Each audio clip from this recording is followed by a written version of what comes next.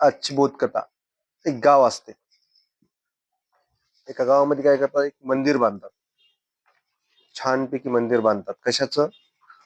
महादेवाचं मंदिर बांधतात. महादेवाच्या मंदिराची सगळी पट्टी होते, सगळं होते. मस्तपैकी छान असं मंदिर बांधतात. मोठ्याच्या मोठं भव्य दिव्य असं मंदिर बांधलं जातं. आणि मंदिर बांधल्याच्या नंतर मूर्ती स्थापनेचा दिवस येतो. त्याच्यामध्ये काय, मंदिरामध्ये मूर्ती स्थापन करायची असते, पिंड वगैरे.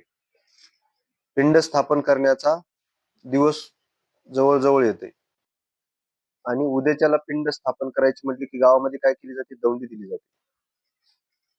की आपल्याला काय करायचं आहे की शंकर महादेवाचा दुग्धाभिषेक करायचा आहे. कशाचा अभिषेक करायचा आहे? दुग्धाभिषेक म्हणजे दुधाना अभिषेक करायचा आहे. प्रत्येकानं काय करायचं की एक मोठं पातेलं ठेवलं जाईल, असं 20 फूट मोठं, आणि असं आकारानं पण खूप मोठं आणि उंचीनं पण खूप मोठं. त्याला एक शिडी लावण्यात येईल.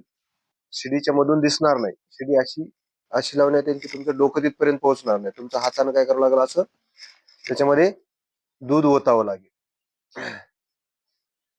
असं प्रत्येक गावातल्या माणसानं काय करायचं, एक एक तांब्या दूध आणायचं आणि त्या पातेल्यामध्ये काय करायचं, मोठ्या ते दूध ओतायचं आणि निघून जायचं. उद्या मूर्ती स्थापना आहे म्हणजे आज रात्री 12 वाजल्यापासून काय करायचं, प्रत्येकाने एक एक तांब्या दूध त्याच्यामध्ये आणून टाकायचं. अशी दौंडी दिल्या जाते. तशी दौंडी दिल्याच्या नंतर प्रत्येक जण येतो आणि त्या भांड्यामध्ये दूध टाकून जातो. पण दूध टाकत असताना प्रत्येक जणाचं मत काय असतं, सगळेच गावातले लोक दूध टाकणार आहेत. मग आपण जर एक तांब्या पाणी नेऊन टाकलं तर काय बिघडायले का? आपण जर एक तांब्या पाणी नेऊन टाकलं तर बिघडायले का? असं प्रत्येक जण असाच विचार करते. सगळं गाव दूध टाकणार आहे, आपण एक तांब्या पाणी टाकलं तर काय बिघडल का? असं प्रत्येक जण विचार करते आणि सगळं लोक काय करतात, सगळेजण त्याच्यात पाणीच नेऊन टाकतात. सकाळी दुग्धाभिषेकाचा टाइम होते. महाराज येतात, सगळी विधी मांडलेली असते. आता म्हणतात आणा दूध, पिंडीचा अभिषेक करू. बघतात तर काय, त्या पातेल्यामध्ये पांढरं पाणी सुद्धा दिसत नाही.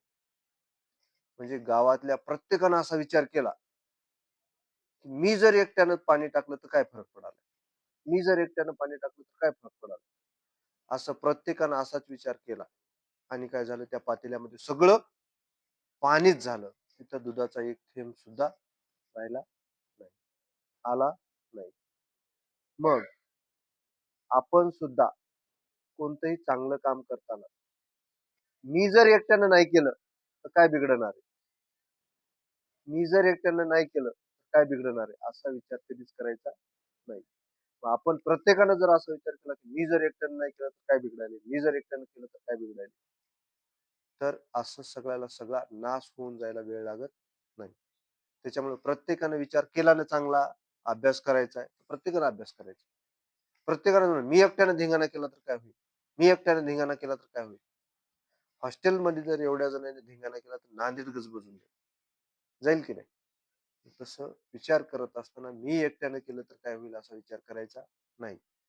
मी एकट्यानं पुडा खाऊन टाकला तर काय व्हायला, फरशी थोडीच घाण व्हायली. तू एकटा नाही, प्रत्येकानं जर एकट्याचा जर विचार केला, हॉस्टेल घाण व्हायला वेळ लागेल का? नाही. त्याच्यामुळे प्रत्येकाची जबाबदारी की आपण आपलं स्वच्छ राहायचं, परिसर आपोआप स्वच्छ राहतो. ओके.